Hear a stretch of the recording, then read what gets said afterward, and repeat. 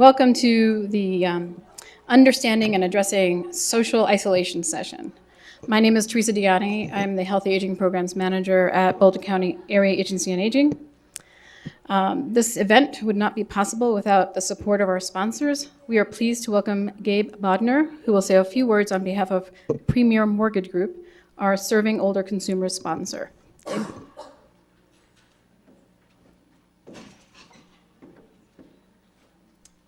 Thank you. Welcome, everybody.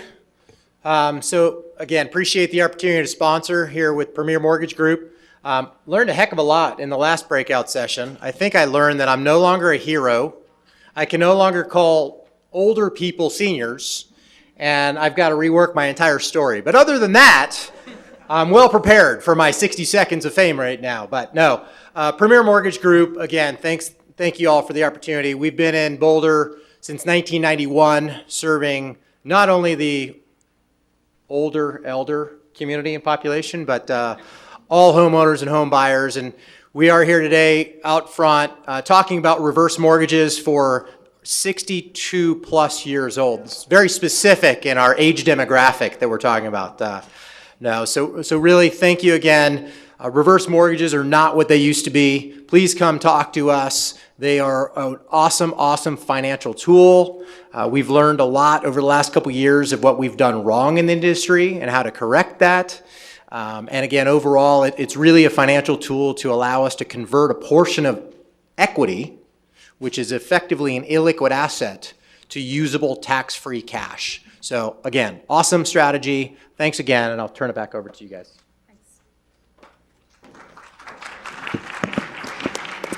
Thank you, Gabe, and thank you, Premier Mortgage Group, for your generous support. So this session will function as a moderated dialogue.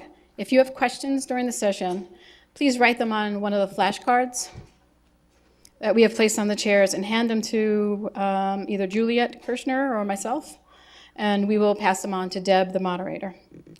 And we are pleased to welcome our speakers today. Deborah Skorvan, our moderator, is a creative director, and co-founder of Circle Talk, a program created to address the need to disrupt loneliness and isolation in the lives of older adults. Deborah has extensive experience in group dynamics and project management.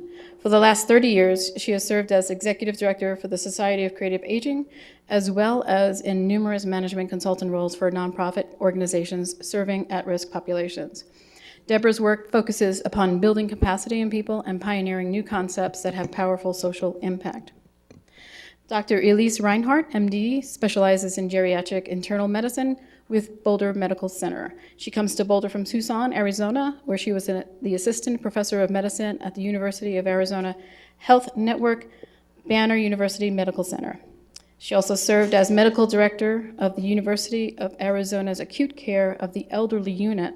Dr. Reinhardt earned her MD from Drexel University and completed her residency at the University of Arizona. That's her all the way down there.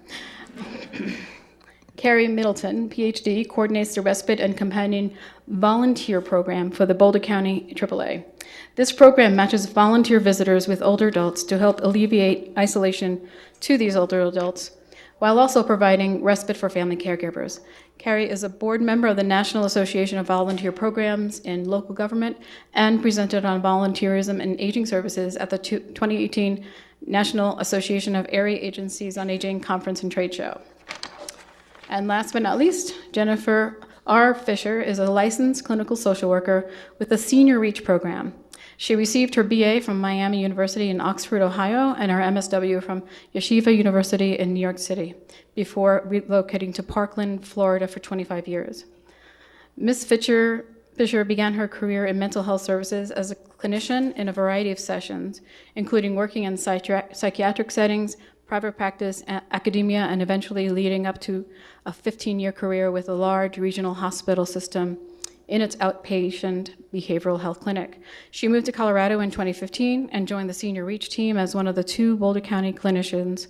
Jennifer received the Boulder County Elder Abuse Awareness and Prevention Award in 2017. Okay.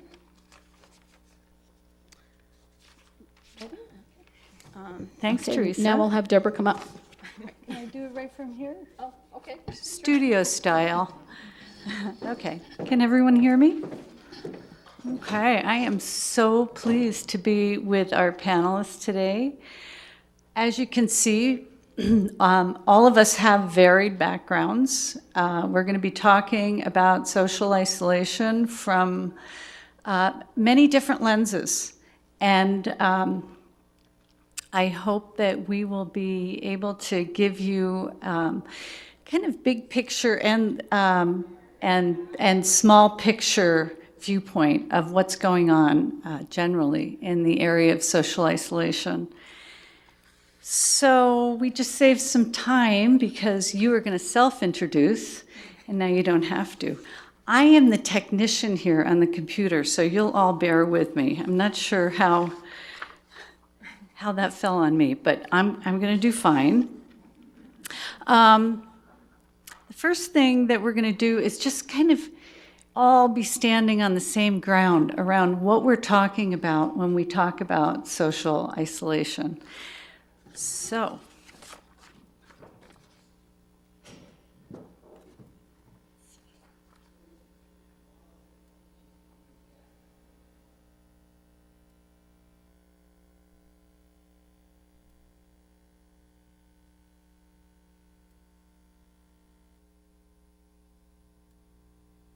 yes. Okay, here we go. So, one of the things that goes on in this whole arena of social isolation is we tend to mix up terminology a little bit between loneliness and social isolation. So let's just, oops. Let's see, we're on the wrong slide, so, sorry. So we're gonna just make sure our languaging is the same as we get started today. So when we talk about loneliness, we're talking about more of a subjective feeling, or the unwelcome feeling, or lack of loss of companionship. People with loneliness might ask questions like, does the quality and quantity of my social relationships actually match what I desire, what I'm looking for? Am I feeling connected to others? Or do I feel a sense of belonging? Not do I feel sense of belonging. So when we talk about social isolation, we're actually talking about something that's more objective and measurable. So what's the size of one's social network? We could look at what's the frequency of contact within that network. Is there availability of transportation? Is there the ability to take advantage of support resources? So we can look at some objective life situations, and then we can make an assessment about whether a person is in fact socially isolated.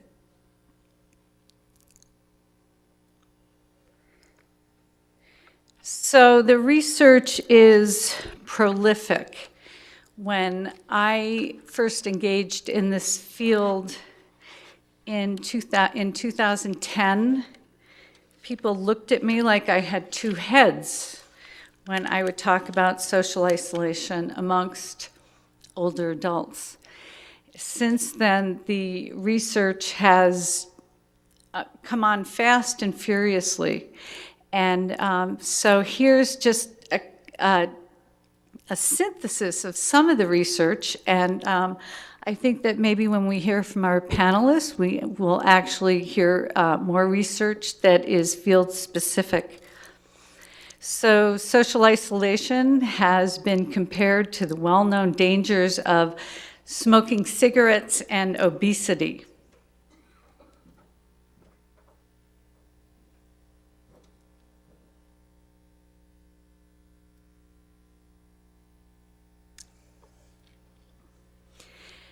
Lacking social connections or frequently feeling lonely tend towards higher rates of morbidity, mortality, infection, and cognitive decline. Suicide is much more common among older adults. The highest rate of suicides in America is among people age range 45 to 64.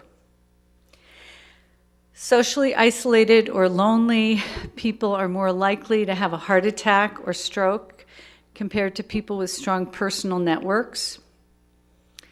Social isolation and loneliness have serious financial implications. Every month, Medicare spends approximately, this is mind-numbing to me, $134 million more, or $134 more for each socially isolated older adult than it would if the person were connected. But if you do the math, this really adds up. And you can back into some of those chronic medical and psychological conditions as the causal relationship between Medicare costs and social isolation. Now, this is just an overview, but I think that you can see that social isolation, as more data is collected on it, is going to become, in the next 20 or 30 years, a critical issue with all systems that are represented here at the table today. Causes of isolation. Kind of common sense, but yet stunning when you put them all together. Transportation is a key cause of social isolation. People retire from driving as they get older, and we lack affordable and accessible options for people. Therefore, they are just generally cut off from society. Poor physical and well-being, including untreated hearing loss, poor mobility, poor mental health, unrecognized and untreated. Life transitions, what I call social role changes. People lose spouses, people move to be closer to their children, they leave homes of a lifetime, they retire, they lose communities of a lifetime in workplaces. So life transitions really present a tremendous loss for people in general. Societal barriers, including ageism, lack of engagement opportunities, which is something that's been a common theme throughout today, and lack of access to a social life. Communities are not designed well for people who lack, if you go back to the top of the list, transportation and have some health issues, aren't able to actually get out and access their communities because the communities simply aren't designed for those issues. Rural living is a tremendous problem, and marginalized groups, racial and ethnic minorities, and LGBT. So those are, according to the big AARP study that has recently been released, the top 5 causes of social isolation.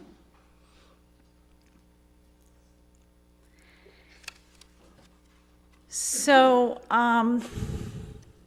some of this, again, is common sense, but I think for today's discussion, it's important for us to be all operating from the same base. So what puts older adults at risk of social isolation? Who do you know that is living alone? Who do you know that has a small or non-existent social network, that infrequently or never participates in what we would call social activities? Who do you know that expresses feelings of loneliness? I can say that I know a few people. Anybody else? Yeah. I mean, we know those people. And what works? You know, in calling through a lot of the research, these top 5 recommendations kept coming up. And I'm going to say one thing about them before I go through them. That what strikes me about this list is that who doesn't need this, right? Who doesn't need these kinds of things? So the first is taking actions on the critical need for connectedness. This can be through expressed priorities within large systems that actually connection and structures for connection are actually a high priority and a high need in programs, program models, policies, and funding streams. One place that I've seen this actually manifest is in the UK, that has, in the last few years, developed an office, a ministry of loneliness. And they're looking at creating more of a ubiquitous approach to identifying people who are potentially socially isolated and lonely. And that includes having firemen go out and do routine checkups on older adults and older people in their particular neighborhoods, and see just on a day-to-day basis how they're faring. Or there was the fire department, you know this, Carrie, was it ambulances? Ambulance drivers, when they're not actually working on emergencies, will also go out and do kind of spot checks. And the mailmen also have a list to kind of interact, when they interact with the customers in their mail area, they have a checklist of kind of what to look for. So I think that is an incredibly creative way of using existing resources to identify people. Second on the list, having something, I'm going to add meaningful here. What works is having something meaningful to do. And this, again, gets back, everything kind of cycles back to what's our society valuing and providing for people as they age in society. And does society believe that meaningful activities and engagement is, in fact, an important element to build in? Having relationships, having a stake in the future, purpose-driven lifestyles, volunteer opportunities, and then having a sense of community, belonging to something, feeling included, feeling a part of society, small community, feeling a part of something bigger than yourself. So that's where we're going to launch our conversation today, is to get an understanding of how our panel experts and the systems that they're working in are looking at this issue of isolation and addressing it, and what's the lens that you're actually looking at isolation through. Good? Okay. Do you want me to forward this for you? Okay.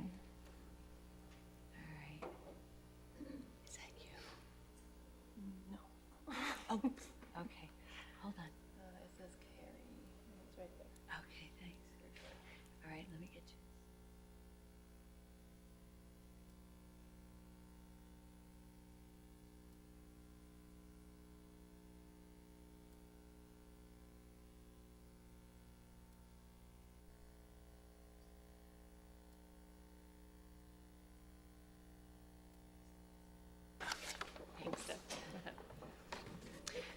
So I am profoundly grateful for Deb for queuing up the slide, because the last time I had to do this, it kind of wrecked everything. But we won't tell that story right now.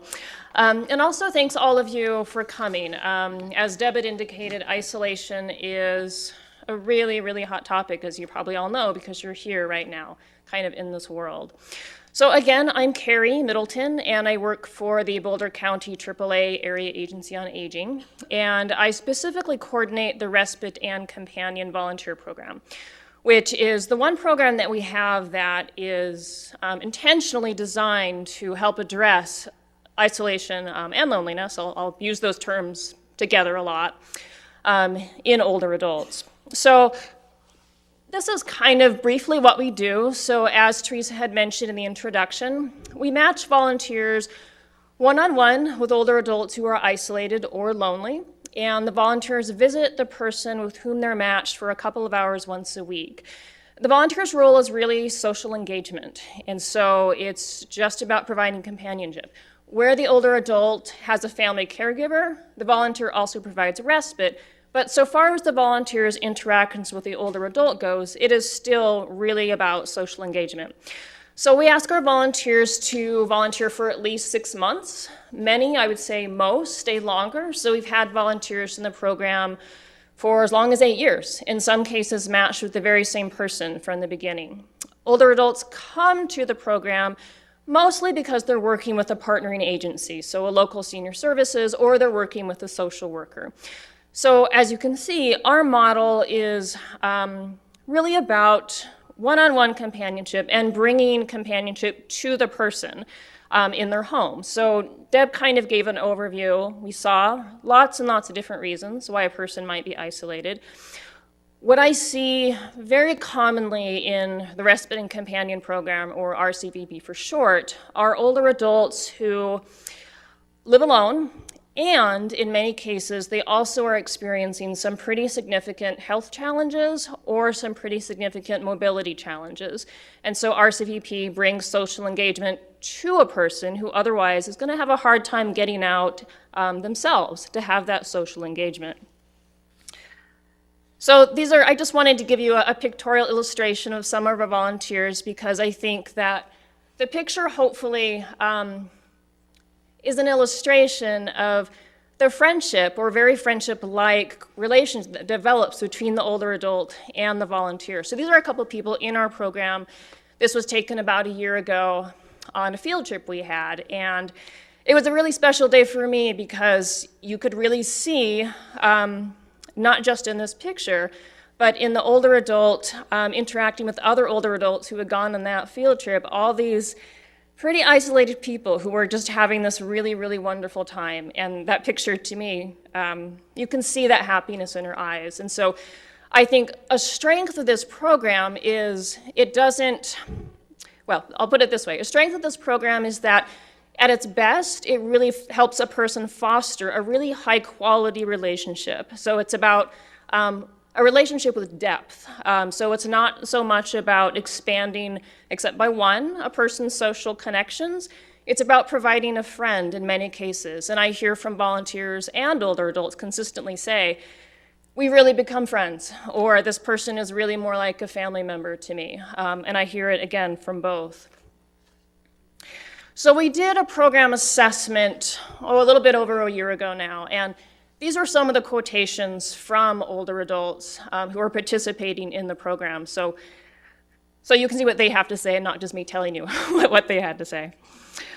One of the things that strikes me, and this comes out in the third quotation on the slide, is it's not uncommon I hear from older adults or caregivers whose loved one is receiving the volunteer visitor that a nice thing about the program is that they're developing that close connection with someone who's not a family member. So since we do serve caregivers, a lot of times older adults in the program, they do have family support. And in some cases, and they're also high quality relationships, but I hear from caregivers, maybe my mom needs to vent about me. This gives her a friend, this gives her someone to do that. So again, social engagement beyond close family connections. Again, even if those connections are really good ones within the family.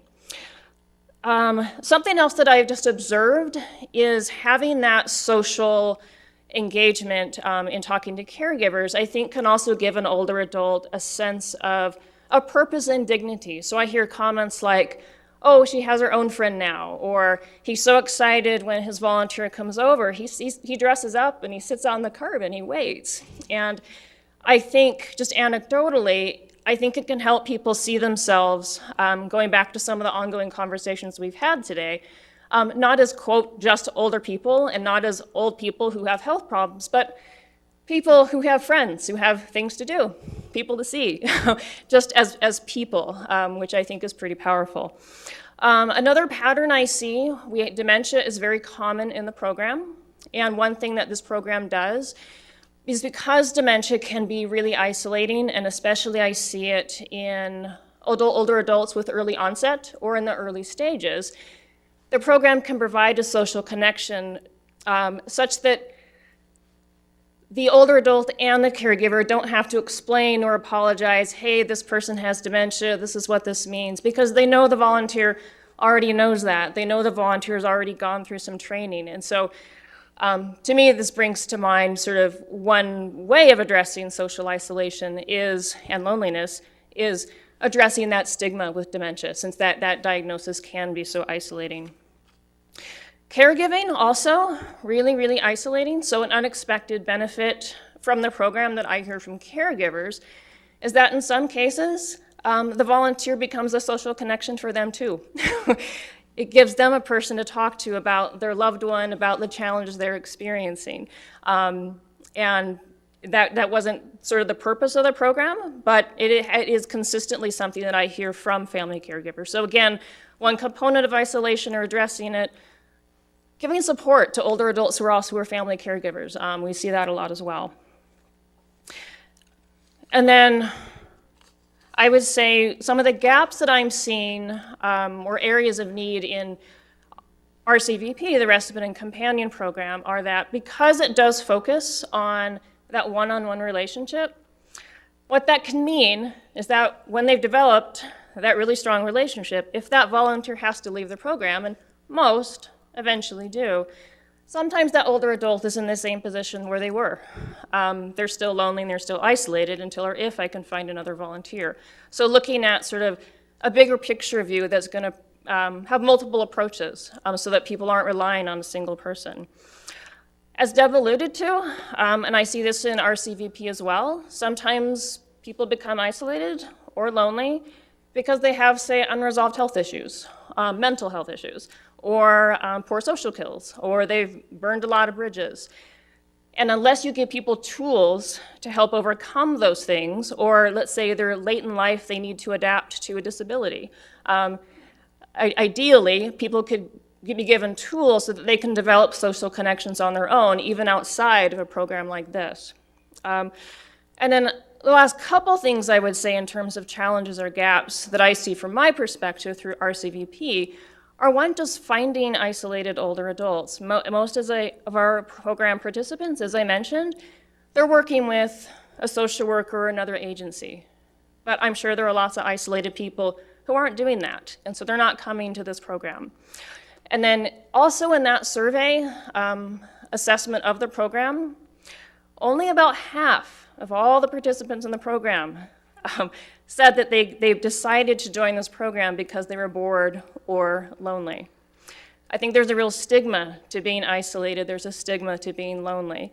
And so there are some people, I think, who are never going to want a program like this unless, to allude to some of the conversations we've had earlier, we can frame it in a way that treats people like people and less like patients, say. So those are some of the things that I'm seeing that I'm excited to hear what everybody else has to say, and you guys too. How do we bring all these different approaches together to address this really pretty serious issue? Thank you.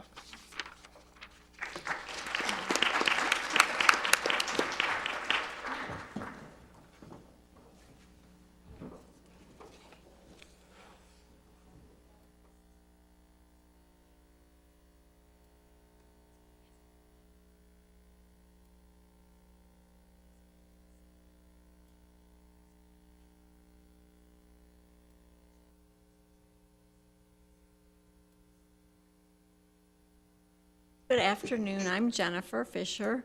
I work for I'm a clinician with the Senior Reach program.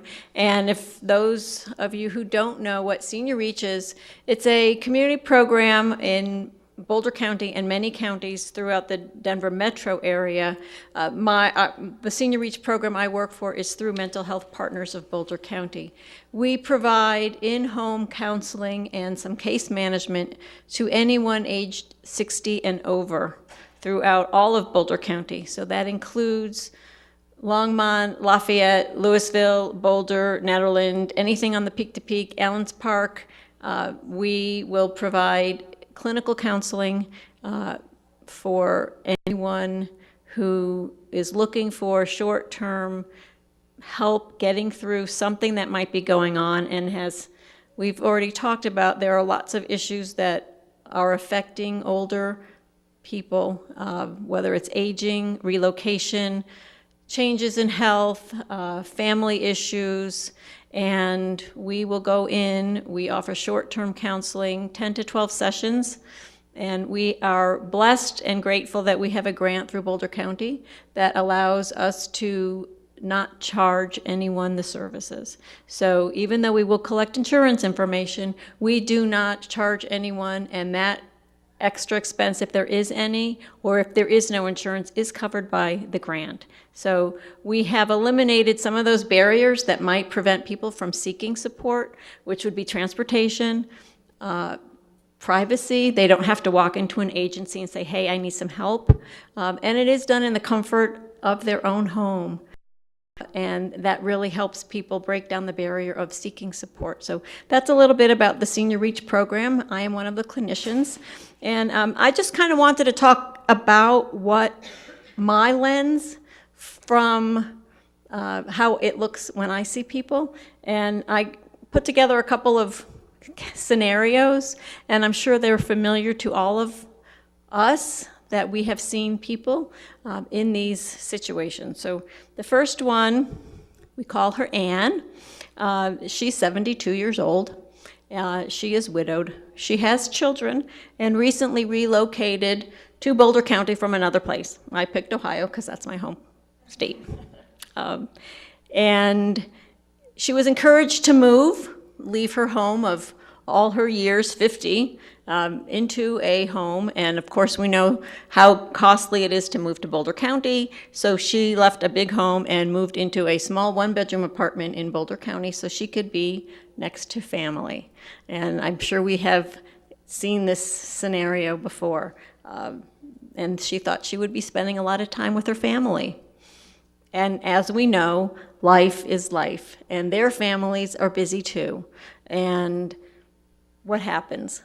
She doesn't see them as much as she thought she would. And she starts to feel lonely. And then she gets a little bit more fearful about driving around in this new town, realizing that she is not familiar with her surroundings. She doesn't have the friends that she had. She's left a community that she was raised in and raised her own family in. And now she becomes anxious and doesn't want to leave her home. So how many of us know someone who is in a similar situation, or we've heard of a neighbor, friend, or family member who has experienced this? This is a common thing that I see when I go in to meet somebody for the first time. This is what calls them to seek support. What do I do now? I don't know anything around where I am, I have no friends, and my family is busy. So I just wanted everyone to kind of get a chance that this is one possible person. Next, now we have a couple. Bill and Claire, been married a long time. They also were homeowners, and they've raised their children. Bill has been well educated, an engineer, and he was always the handyman at home, taking care of all the things that homes need. And at some point, he started to show signs of forgetfulness and confusion, and then was recently diagnosed with mild cognitive decline. And as we'll probably hear some more about, that is also one of those risk factors. When people become impaired to some level, it keeps them from wanting to engage. So now we have Bill, and he's relying on Claire. Claire has her own concerns. And now Claire has to take care of all the things that they were both doing together.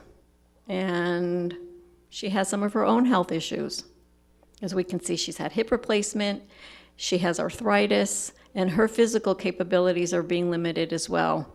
So what is happening? Claire feels guilty by going to continue to engage in her own social activities, feels guilty when she leaves him. Bill wants her to be around so he doesn't feel so lonely, and eventually they both become isolated. and they both stay home. And they're both not engaged in anything other than each other. And as long as Bill continues to decline, it gets more and more difficult. And as Kate said, caregivers and care people, they have their own issues with social isolation as well. So that's another scenario that I may find myself going into a home and speaking to someone, and what is it that we're providing? Teaching them skills around how to manage social support and increase that network. Next person, we have Roberto. He's 82, and he has been really healthy, very active, lots of friends, not a lot of family, so his friends are his people. And he has been very active in his retirement. He rides bicycle, he does photography, and he's been very active in his faith. Over the past few months, he started to lose his vision and his hearing. And those things keep people and him from wanting to engage in their social activities, because how difficult it is to keep asking your friends or neighbors or peers, what, I didn't understand, or I can't see, so I can't really go play cards anymore, or worship in the way I wanted to. So he stopped doing those things. No longer is biking, no longer able to drive. So now his circle, his network is shrinking and shrinking, and gets depressed. Because from a very active man to a very inactive man, then the emotional comes out. Mental health, depression, sleeplessness, restlessness, and then health issues. So anyone know someone in that situation? Yeah, we probably all have. And then we have Dolly. She is 68 and lives in a small rural town, somewhere along the Peak to Peak, probably, because we all know what those communities are, very supportive of each other, and people moved up there for a reason. And they're going to stay there. But her home right now needs a lot of care, and she's been living in it a long time. And although she has a very, very strong social support system, as we do know that mountain communities, they take care of them, they take care of each other. And the problem is friends and people that she connected to and counted on are also having those same issues. And they're making decisions about whether they're staying in the mountains. And many of them have left to do the things that people do. Go to stay with family, find a place where there's more access to the things that older adults might need, So her closest friend is now disabled and is making plans to move to a state outside of Colorado. Dolly has not been one to ask for help. In fact, she's been the one that's always offered the help. And now it's time for her to receive some support, and she's not going to ask for it. It will just become more and more difficult for her to pay her bills, and for her to drive the car, and for her to purchase food and make sure she has firewood for the winter. Eventually she'll become really fearful of losing her home because she can't keep up with all the needs it has, and her friendships are kind of declining, and now we have someone again. And the social isolation in the mountain communities is of particular concern because they have less access to the things that we saw listed above, which were transportation, healthcare, social activities, and resources. So those are the cases and similar scenarios to the folks that I see, and the things that we do are to help people process what's going on, link to community resources, learn new skills that might help them increase their social engagement, and find ways to make connections, because after all, I mean, it takes a village. So anyway, I just will pass this on, and I thank you for your time. We will continue this conversation. Sure. Do you need me to- Okay, it's after 3 on a Friday afternoon. Let's just bring some energy back into the room because we have an important presentation yet to come, a couple of them. So can everybody who can stand up for a minute and start to just rotate and shake your arms and shake them up and move your hips just for a second. We have like 40 minutes more to go. Right. Whatever you do is fine. Take a deep breath in. Let it out. Okay, now sit down. Let's push through this afternoon because it's important. Thanks. Okay. So, next we're going to hear from Dr. Elise Reinhardt, and we don't have a PowerPoint, so we're going to hear straight from you. Okay? Talk from here, if that's okay. 'Cause I don't have a PowerPoint. There we go. So I am Dr. Elise Reinhardt. I'm a geriatrician, which means I specialize in the care of older adults 65 and over. I love my job. I love what I do. Oh, okay. Like an ice cream cone. All right. A lot of what I was going to touch on has already been mentioned today, the risk factors for social isolation, both social risk factors like geographical isolation, death of a spouse, retirement, but there are a lot of physical risk factors too, some of which were mentioned. Hearing loss, vision impairment, decreased mobility, both urinary and fecal incontinence are big reasons that I see people don't want to go out or don't feel comfortable going far from home. And these are all medical issues that I do feel your physician can help you with or make suggestions to help with.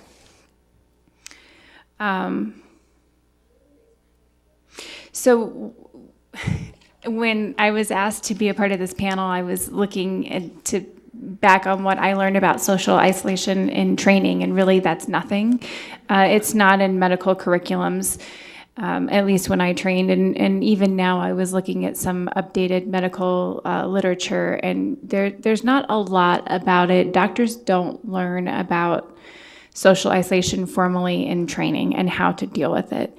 So one of the questions I'm addressing is should you talk to your doctor about this, and why and how should you talk to your doctor about this? And are doctors equipped to help you with this? And the answer is maybe. I'm probably pretty well equipped to help with this problem. A lot of physicians are probably not, but the good news is that we have a lot of resources, some of them here today. I know at Boulder Medical Center there's a whole case management department that can help with everything from transportation to driver re-education and driver rehabilitation to getting home services in, to helping people age at home or remain in their home, to help with mental health services. So I'm really excited about that. Moving here, I did not have that in Arizona, those resources, and I feel like we have a lot of resources here in Boulder. So just coming here and learning about the resources has been very exciting. One of the things that I wanted to mention, if you or someone you know is thinking about bringing this up and wants to talk to somebody about it, you should talk to your doctor. Your doctor is trained to help you with all aspects, physical symptoms, mental, emotional, and it is appropriate to mention it to your physician. A way that you could do this that I would suggest, because it's a complex topic, and if you were coming in and this is your number one concern and this is what you want to talk about, and your physician thinks that you are here to follow up your high blood pressure, then you may not have the time or feel the opening or the opportunity to speak about this. And so I always suggest writing it out, sending an email, sending a letter ahead of the visit to let someone know, this is how I'm feeling and I'd like to talk about it when I come to see you. I find that's a really good way to communicate. I always appreciate it. Then I know I'm prepared. They want to, Mr. So-and-so wants to talk about this. I'm going to make this visit about this and make sure I have time to have a conversation to delve into it. the reason that this is important for me as a physician is that there are a lot of negative health consequences from social isolation. And it actually has been shown to increase mortality. And that's, death and bad outcomes.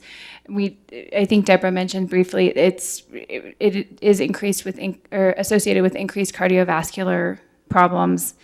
It can lead to malnutrition. It can lead to unrecognized cognitive impairment. If you have someone who's really isolated and doesn't have a lot of social interaction, that person can really, really be declining and no one will notice. It is also associated with depression and anxiety. And so these are all reasons it's important to be identified. So with that, that's all I have to say for the moment.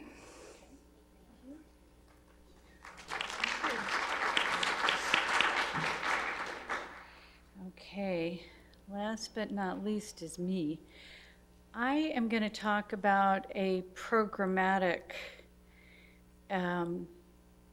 approach that we have been developing since 2011. And let's see, does this work? Okay. Which is called Circle Talk. And I am so happy. I have 5 Circle Talk leaders out in the audience. Raise your hand. Okay, 5 people that have been trained by us so far. So yay, thank you for showing up. Okay, so rather than tell you about the work we're doing in Circle Talk, it's what I call a felt experience. So I'm just going to show you a really quick video clip at the risk of self-aggrandizing. Okay, whoops, with no sound. Okay, who here knows about the sound on this? Huh? Is it? Okay, well, sound's already up, but I don't hear it. Is there okay, is there a mute on the computer keyboard? Hold on. Let's see. Okay. I think we just, can I try something? Yeah.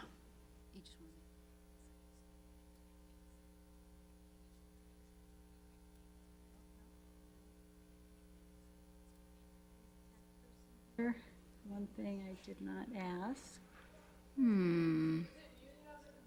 I'm looking to see.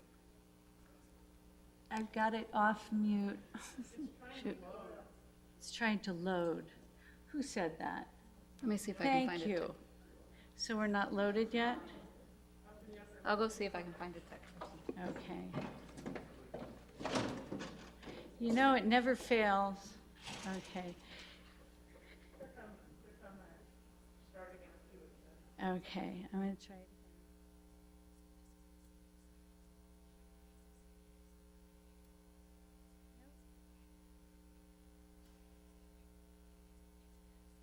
Okay, so I'm going to start talking. Circle Talk was developed to disrupt the pattern of isolation and loneliness in the lives of older adults by inviting them into meaningful conversations. So this is a programmatic group format approach. And what we've heard up until now has been more of a one-on-one kind of a companionship model or one-on-one intervention. So we decided to try a group format. And I want to say that we're a training company. We train people to lead this program. And every time a leader facilitates a group, there is an opportunity for engaged, caring, and evocative person-to-person connection. We're going to forego the video for now. I'll show it to you at the end. Okay, so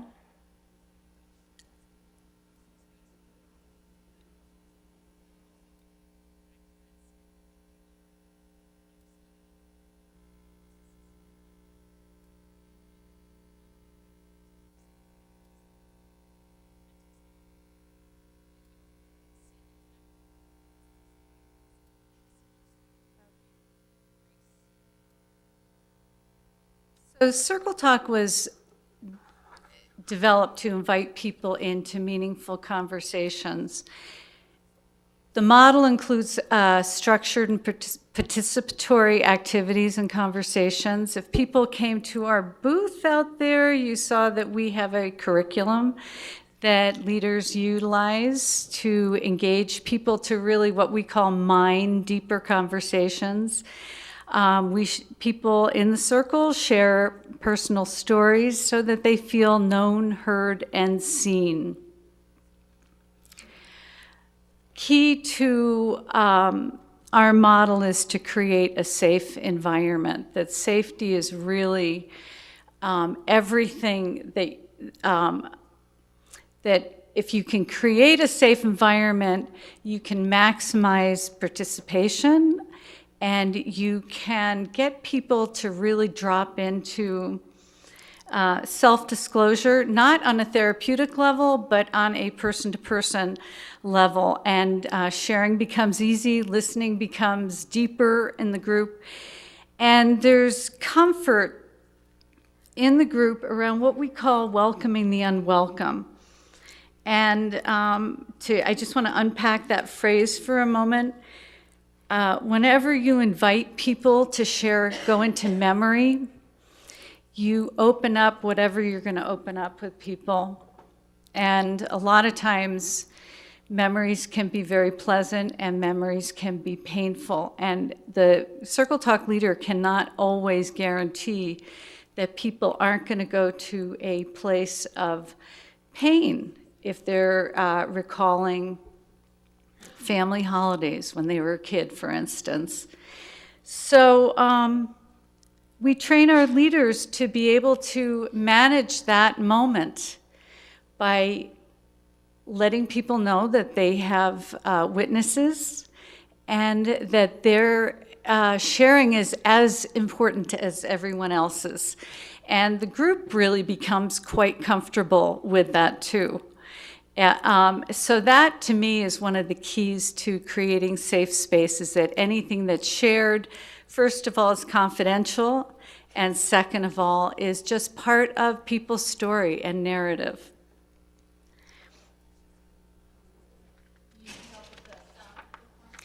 Okay. Yeah, but Nat, can you wait just 3 minutes? Okay, thanks. Engagement tools. We use a couple of very specialized engagement tools. One is called the third thing, which is kind of like, you could think about it as a talking stick, but they are metaphorical objects that relate to that day's discussion. So if we're talking about if the main theme discussion that day is around life's teachers, we pass around an apple. Right in this photo, you see Helene looking in a mirror, which is our third thing, and the prompt for her is, in looking in this mirror, what relative or ancestor do you see in your face, and what did they teach you? Not stare at yourself, but take it to another level. So we use third things to support and go deeper into personal expression. And here's another example of a third thing where we ask circle members to bring in one cherished object from their apartment or home and tell us why that is part of the fabric of who they are in the world. Other engagement tools are poetry and stories. We usually enter into most conversations by reading a short story, vignette, or poem, and then the leader learns in a very prescriptive way to unpack that, to get people to kind of dissect a poem or analyze the story for what the universal meaning is, and then we go into, in every meeting, tell us a story about when you experienced joy or had to make a major life decision. So we go from the universal to the personal. So where is Circle Talk? We are all over the place, thank goodness. We are started in senior communities, independent and assisted living.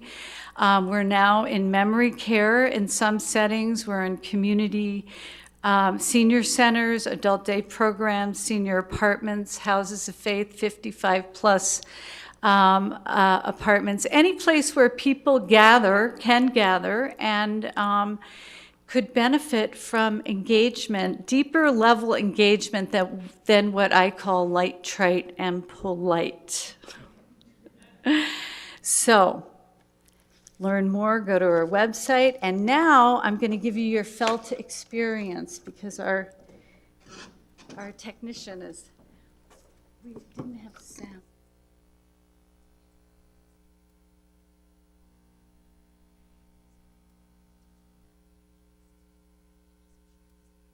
Meantime, we're just building dramatic suspense. So.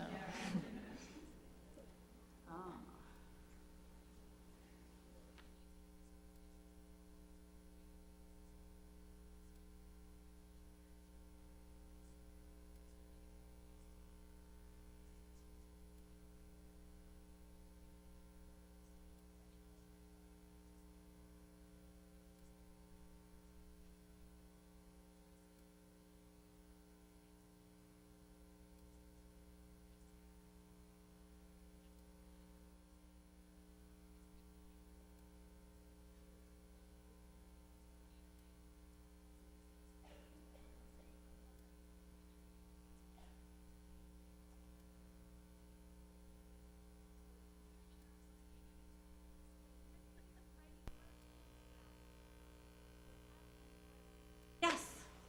What does it take to start a new meeting circle? Oh, okay. Typically, we go into settings where there are what we call fixed audiences. So we just advertise. And do any of these work? Okay, thanks.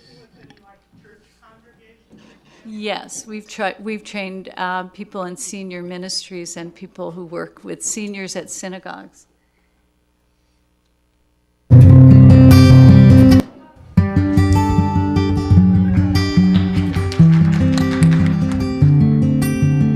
It's wonderful. It's sharing. It's support. It was just great. We've shed a few tears together and some laughs. I can say what I want to say.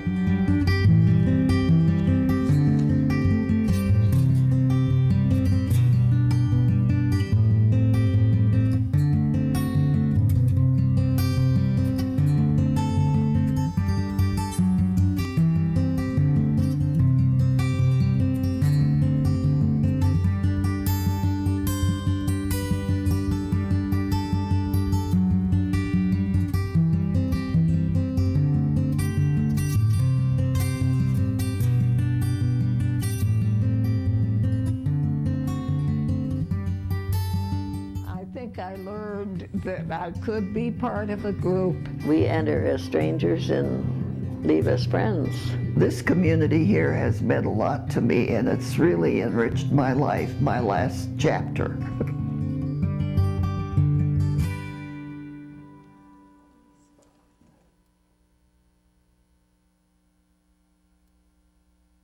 One hour. Yeah, we have groups that have been going for 3 years, 4 years. So we have about a year's worth of non-repeating curriculum, and then leaders mix and match after that and get creative. Let's see. So I think it's kind of interesting that we have the whole range of interventions here in terms of going into people's homes, that we have companion model, that we have a group format model, and then we have a medical model of of people coming actually to you. And one of the things that I wonder about is we're talking about the it of social isolation. How do people describe, how did they reach out if they don't want to identify as socially isolated? Like, I can't imagine I would go into a doctor's office and say I'm socially isolated. What are we looking for? What's the languaging? So you're right, I've never had anybody come and say, I feel isolated. I probably have had people come in and say, I feel lonely, but it's not the first thing they want to talk about. And it's not the first thing out of their mouths. And usually it's an afterthought at the end, and, on the heels of a conversation about something else. So you're absolutely correct. Nobody has come to me and said that in that term. But I do think that I can pick up on when someone is feeling isolated and struggling and doesn't know what to do and is coming to me for help and suggestions. And I have been able to have conversations with people about things to try, ways to get around, ways to engage or reconnect with people that are already in their lives. And like I said here, there's a number of resources now that we have through BMC, and a lot of other health clinics have them too, I believe, that if I don't know what to do or I don't know what to say, I can say I do know somebody who might be able to help. Our social worker may be able to help and have some suggestions for you. I guess that brings up the question of what kind of, if older.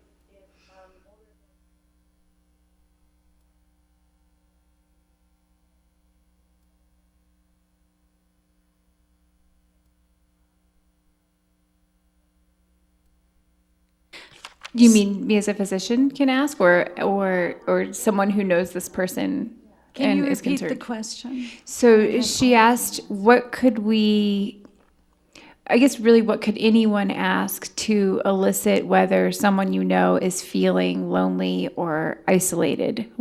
If you think that you're dealing with a person who you feel is isolated, but if you ask them directly, they're going to say, no, I'm fine.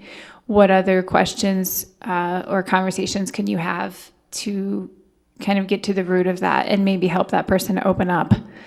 Let me think about that a minute. I'm going to pass it to one of our other panelists. I would simply ask, when was the last time you spoke to someone outside of this home? Or where does your family, do you have family? Do you have friends? What's your social connection to others? It may show up as other things. So it can show up as depression or anxiety or physical symptoms. And it's part of a whole conversation around, well, tell me about what your day looks like. Tell me about what your week looks like. What do you do to make yourself feel better when you're home? Who do you speak to? Who are your neighbors? When was the last time you got out of the house? Or so it really is part of a bigger conversation, because you're right, someone's not going to necessarily say, hey, I need some help, I'm socially isolated. They're going to say things around that, and we're going to have to pick through and identify for them what that might look like. I think a good question that I use a lot is, what are you looking forward to? What's coming up in your future that you're looking forward to? When I go and see my family physician, who coincidentally is part of the BMC network, the first thing I get is a whole plastic physical well-being, all the way to do I ever feel like suicide. Mm-hmm. Is that a commonly used, it seems to be at least the first step journey to diagnosing and perhaps giving advice to someone in that situation? Sure. So there are a lot of screening tools, and actually Medicare has a number of mandatory screening tools that we use, depression screens, frailty screens. And so I think probably, I think you're talking about the whole review of systems, but also there are some questions specific to mood and feelings of hopelessness that are required, and someone would have to fill out or be asked to fill out at an appointment. So that is a really good way. If someone scored high on a depression screen in my office, that would be a good way for me to suspect that they are having other things that they really need to talk about other than maybe their physical problems.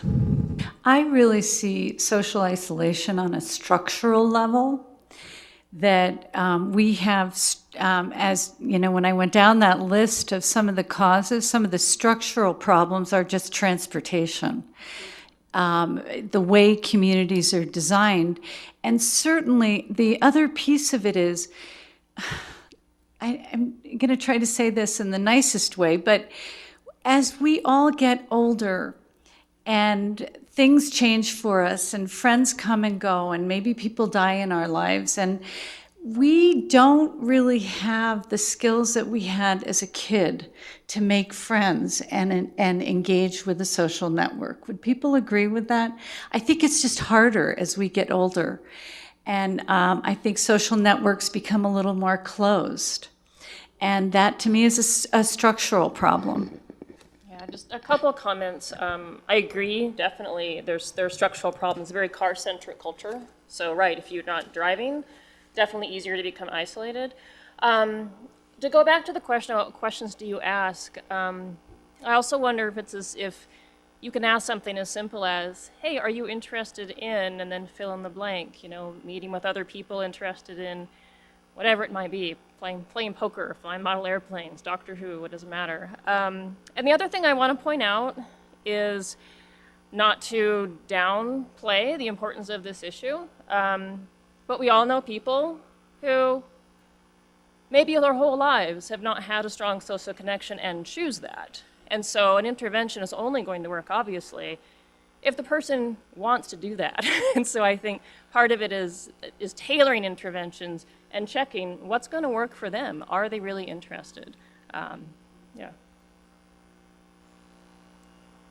How do we find where your circle talks are? Because I find that going into a lot of like the multi-level care places, the independent living has the greatest sense of isolation, even though they're next door to 50 other people, because they have lost their community themselves. How do I get those folks to engage with Circle Talk? Because they are missing that engagement piece.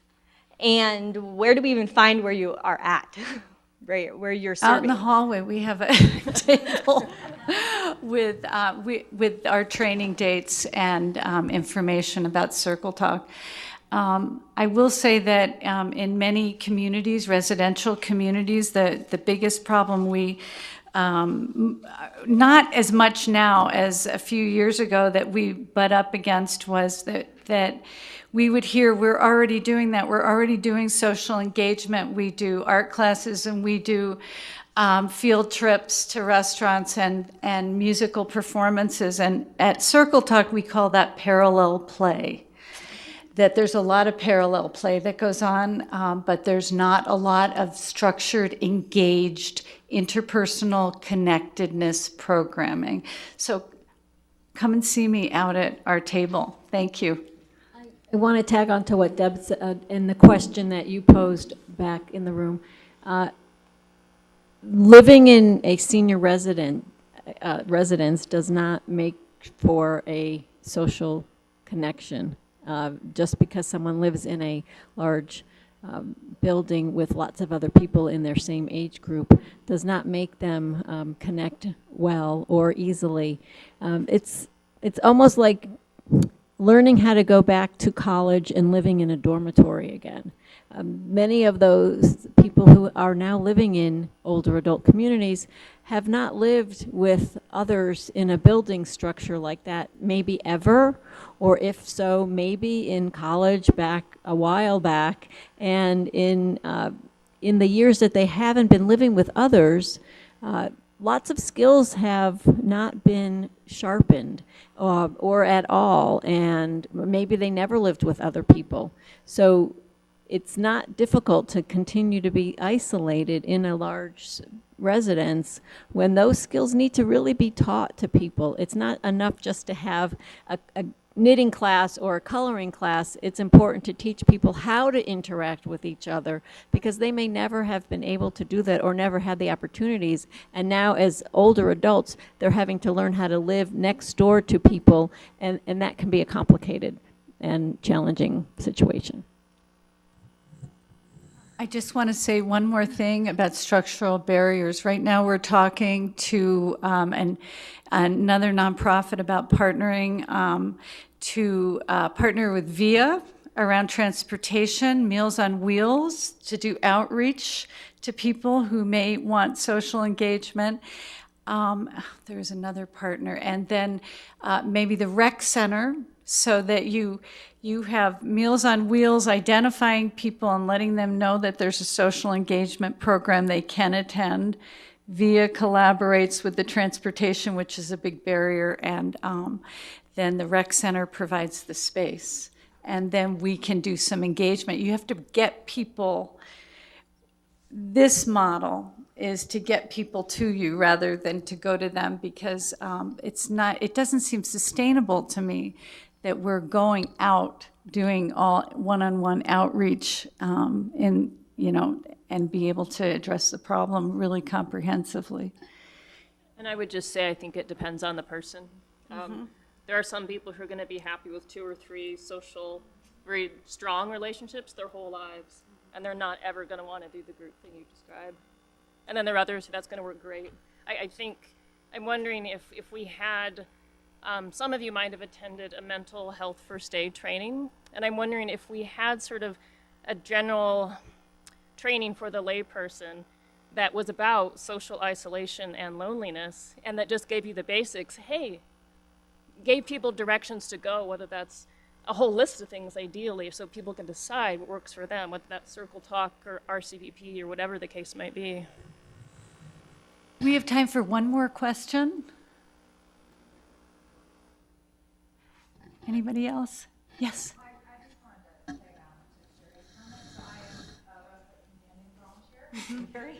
And I think the other side of the benefit, in the case that Carrie mentioned, where going to the home is helpful, is in the case where it's a home caregiver. You're providing that dual function, that you're also providing that relief to the caregiver so that they have some time on their own. So in that model,